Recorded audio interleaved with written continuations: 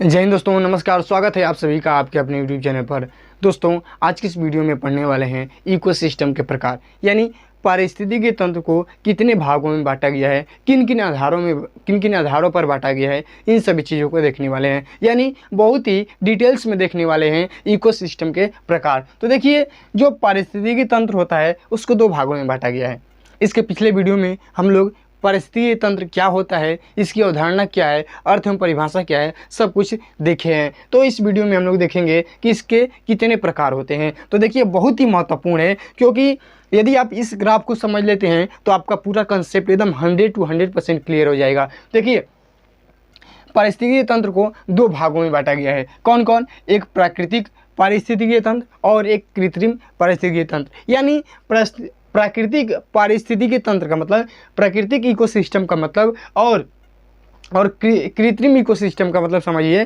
प्राकृतिक इकोसिस्टम का मतलब जो प्राकृतिक स्वयं बनाती है, यानी इस वातावरण में, इस वायुमंडल में, इस जैवमंडल में जो प्राकृतिक स्वयं बनाती है, स्वयं के द्वारा निर्माण करती है, वह क्या है? वह प्राकृतिक इकोसिस्टम कहलाता है। देखिए, ध्यान से देखिएगा, पारिस्थितिकी तंत्र दो प्रकार के होते हैं। सबसे पहले प्राकृतिक पारिस्थितिकी तंत्र, दूसरा कृत्रिम पारिस्थितिकी तंत्र। यानी प्राकृतिक इकोसिस्टम और कृत्रिम इकोसिस्टम हो गया। अब देखिए, प्राकृतिक इकोसिस्टम क्या होता है? तो प्राकृतिक इकोसिस्टम वो होता है जिसका निर्माण प्रकृति स्वयं करती है, यानी एक ऐसा इकोसिस्टम जिसका निर्माण प्रकृति स्वयं के द्वारा करती है।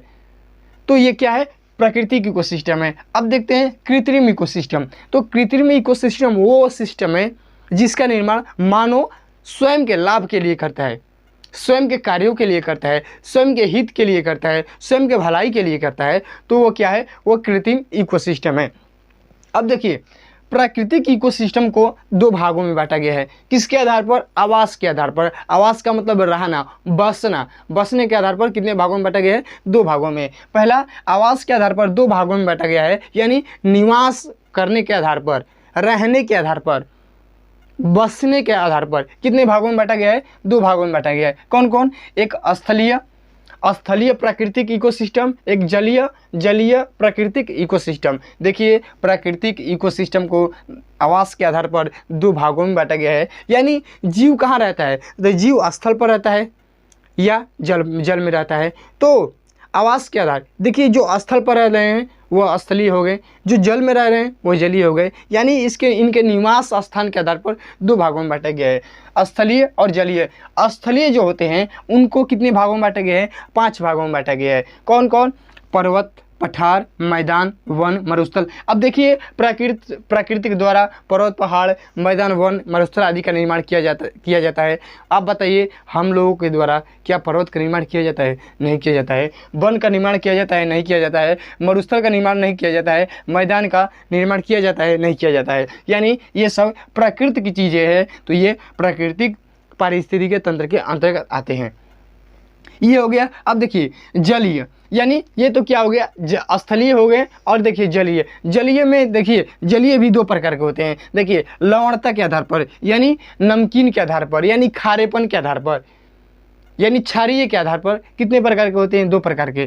कौन कौन? एक ताज़ा जो, देखिए, लवणता के आधार पर तो जलीय कितने प्रकार के होते हैं? दो। एक ताज़ा वाला जल, ताज़ा जल को मीठा जल भी कहते हैं। मीठा जल एक समुद्र का जल, यानी सागरीय जल या लवणीय जल। यानी ये एक और जो खूब खारा है, यानी खूब नमकीन है, और एक क्या है? मीठा जल है।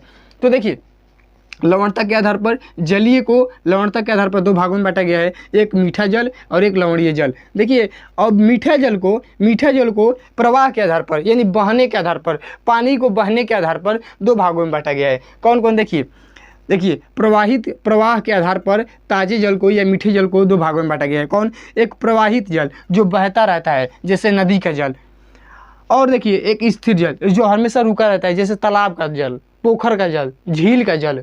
ये क्या है? स्थिर रहता है, ये प्रवाहित नहीं होते हैं, यानी एक स्थान से दूसरे स्थान पर बहते नहीं हैं। तो देखिए, प्रवाह के आधार पर इसको दो भागों में बांटा गया है। पहला प्रवाहित जल और दूसरा स्थिर जल, यानी जो रुका हुआ है और जो बह रहा है हमेशा। तो देखिए, प्रवाहित जल को भी चार प्रकार में बांटा गया है। कौन कौन? एक नए जल, एक धारा की जल, एक सोता हुआ जल, एक झरना की जल। यानी ये क्या है? ये बहते रहते हैं। अब देखिए, स्थिर जल का मतलब जो हमेशा रुका हुआ है। तो देखिए तालाब देखे होंगे, पोखर देखे होंगे, तो ये क्या रहता है, ये स्थिर रहता है, इसका पानी कहीं बह कर नहीं जाता है। तो देखिए झील हो गया, झील भी क्या होता है, बहता नहीं है, दलदल हो गया। तो ये क्या हो गया, ये स्थिर जल में आएंगे, ये प्रवाहित जल में आएंगे। अब देखिए सागरीय जल, सागरीय जल क्या होता है, देखिए सागरीय जल, ये इसको लवणी कहते हैं। तो आप जानते ही हैं कि सागर का जल कितना खारा होता है, कितना नमकीन होता है, कितना क्षारीय होता है, कितना लवणीय होता है। तो देखिए लवणीय जल, लवणीय जल में क्या आते हैं, तो देखिए समुद्र महासागर का पानी लवणीय होता है, बहुत ज़्यादा लवणीय होता है। तो महासागर आ जाएगा, समुद्र आ जाएगा, नदी का मुहाना आ जाएगा। नदी का मुहाना का मतलब जहाँ नदी अपना जल गिराती है, जहाँ नदियाँ अपना जाकर जल गिराती है, वह उसको क्या कहते हैं, उस स्थान को मुहाना के नाम से जानते हैं। अब देखिए प्रवाल भीति आ गया, समुद्र तट आ गया, यानी ये सब क्या क्या आएंगे, ये लवणीय जल के अंतर्गत आएंगे। तो अब देखिए कृत्रिम, यानी जो मानव अपने निजी लाभ के लिए बनाया है, जैसे खेत हो गया, खेत का पारिस्थितिकी तंत्र हो गया, उद्यान हो गया, सामुदायिक वन हो गया, बांध हो गया, नहर हो गया, नगर हो गया, चारागाह हो गया। तो देखिए ये सब क्या था, ये सब था पारिस्थितिकी तंत्र के प्रकार, यानी पारिस्थितिकी तंत्र को कितने भागों में बांटा गया है। तो पारिस्थितिकी तंत्र इकोसिस्टम को एक प्रकृति ने बांटी है, एक हमने बांटा है। तो प्रकृति ने जो बांटी है उसको भी दो भागों में बांटा गया है। उसने कहा कि एक स्थल पर बनाओ, एक जल में बनाओ। स्थल वाले को भी कई भागों में बांटी गई है और जल वाले को भी कई भागों में बांटी है। तो स्थल वाले को 5 भागों में बांट दी है और जल वाले को 2 भागों में बांट दी है। फिर जो इसके प्रकार है, जो जल के 2 प्रकार है, फिर उसमें से एक को प्रवाह के आधार पर 2 भागों में बांटा गया है। फिर इसमें से पहले को 4 भागों में, फिर दूसरे को 3 भागों में बांटा गया है। फिर जो जलीय का दूसरा पार्ट है, फिर उसको 5 भागों में बांटा गया है। और मानव निर्मित तो कुछ नहीं है। तो ये सब क्या है, प्रकृति की चीज़ें हैं, जो प्रकृति अपने द्वारा स्वयं खुद एक इकोसिस्टम का निर्माण करती है। तो ये रहा आपका पारिस्थितिकी तंत्र के प्रकार।